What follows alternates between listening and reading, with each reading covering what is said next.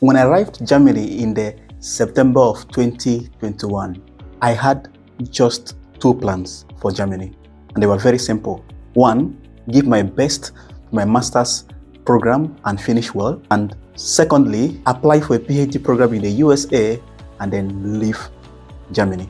There was no long-term plan at all, and so I didn't find any motivation to put in place strategies that will help me integrate into the system. But then something happened. I fell in love, and the whole plan witnessed a 180 degrees turnaround. Gradually, Germany started to feel just like home. If you have just arrived in Europe as a student and you have a long-term plan, depending on the part of the Europe where you just arrived in, then this video is just for you. In this video, I'll be sharing with you 5 things you must do, you must set in place if you have just arrived in Europe and you have a long-term plan to stay and contribute to the society. My name is MacJoe, and I always say it's a good life, make it really count. The first thing I think you must do is to consider having a mentor. This is very important. Mentor is someone who guides you, so someone you learn from both their good and bad experiences. So this person, is willing, is open enough to share with you from their success, from their losses, on their failures, so that you wouldn't have to pass through the same path again that they passed through. When you are in a new environment, it is very important for you to know the instructions that apply there and the rules that apply there. Someone who has been there before you can help you assess these instructions, assess these guides. This reminds me so well of what is written in the book of Psalms 119 verse 19. For I am a stranger in this world, do not hide your commands from me. The writer understands that actually, since he's a new person, he's a stranger in the environment, he actually needs commands to be able to find his path. And this is very important. This applies to you as well. There are possible many criteria you could consider when choosing a mentor. I recommend you choose somebody who is in the same field as you and is older to you and who has been there, has been in the environment way longer than you. Sometimes it's not very easy to find a mentor that meets all these criteria. What is very important is that you find somebody who is already ahead of you and who is well experienced in the environment, who has been there before you, and this should at least start. It should serve as a very good place to start with. Number 2 is that you must prioritize learning the language of the part of Europe where you have just arrived or you are planning to go. Some people, perhaps the study you have come to pursue is taught in a language that you understand and speak fluently. Don't let that deceive you. I tell you with my full chest that if you ever have a plan to integrate, if you ever have a plan to progress in your career, in your profession, then you must not approach the issue of learning the new language with indifference. It doesn't matter the kind of job, it doesn't matter the kind of career, it doesn't matter the kind of field you are going to pursue in the future.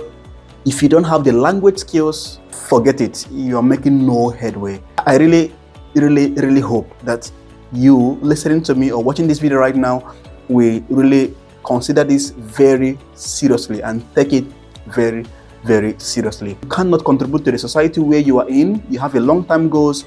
You cannot integrate without speaking the language of the people. This is not possible. This is not possible.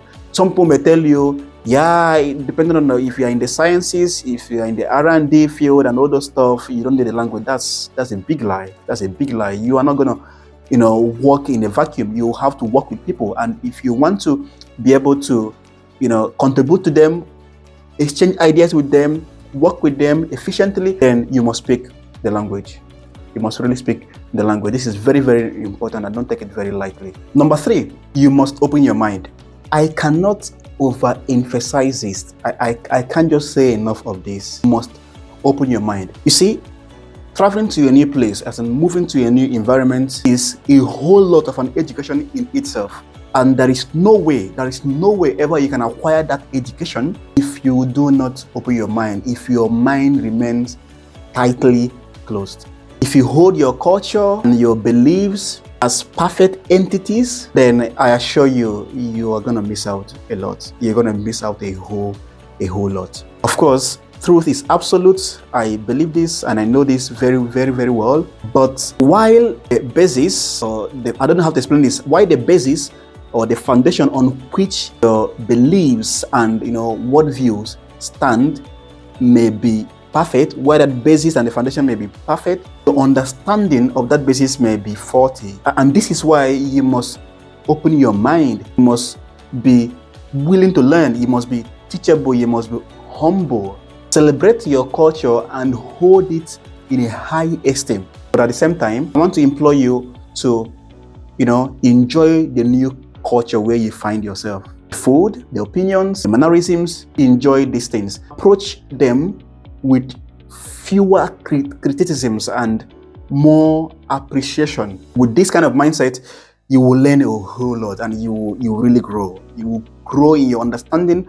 You will grow in your understanding of working with people and our world entirely. I may not be able to go into this. This alone can be a whole video of itself, but I just want to be able to pass on the message of being open-minded. Be willing to learn, be teachable. This is very, very important. The blind spot in your own culture may as well be the bright spot in the new culture you find yourself. And this is why you must be open-minded. Our cultures are not always correct in all angles. So you need to learn. Number 4, be the ambassador of where you come from. What this means is this: you must be willing and enthusiastic to talk about where you come from when the need arises. When people approach you and ask you questions about where you come from, be willing to explain to them, discuss this with such brightness, with such light on your face. This is very, very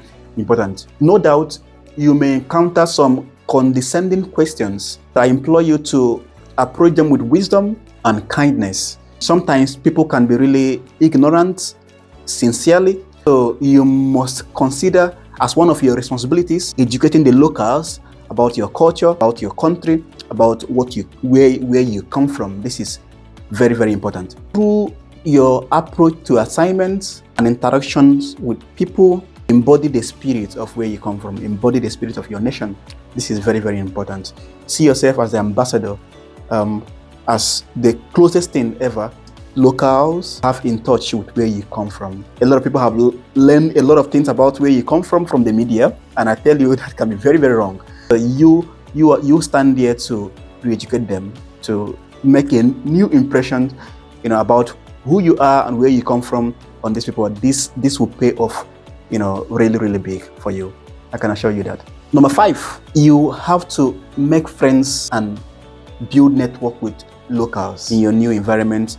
In the part of Europe where you have just arrived and have a long-term goal, have a desire to integrate, you must make friends with people there, that's the locals especially. You see, there is something written in the book of Proverbs that I love so much. Proverbs chapter 27, verse 10 says that a neighbor that is living nearby, which can be a friend living nearby, is far better, is much more important, useful to you than a relative that is living far away. This means a lot. Pause and think on it. It's very, very, very, very, wise to have this wisdom built up in your heart. This truth. You need someone to be able to recommend you and vouch on your reliability and trustworthiness. This is very, very important. I mean, it goes without saying that the intention behind this is not to be parasitic or to be selfish. You also have to ensure that yourself, you make yourself friendly. You are also somebody, who is friendly. This is very, very important. Honor and sacrifice are two essentials that actually make a lasting friendship. This is very, very important. I think they always say that the road to friendship is a two-way street. So it's going to be a two-way thing. You have to be able to you should be willing to give and also to receive. With that, you are sure of having wonderful friendship, wonderful network that will be very useful for you in the future. Again, the greatest blessing you can ever receive in this life is the blessing of people. So yeah, that's all I have for you today. 5 things. So let me know your thoughts right there in the comments. Again, don't forget to like the video and subscribe to our channel if you have not done that already. Again, remember, it's a good life.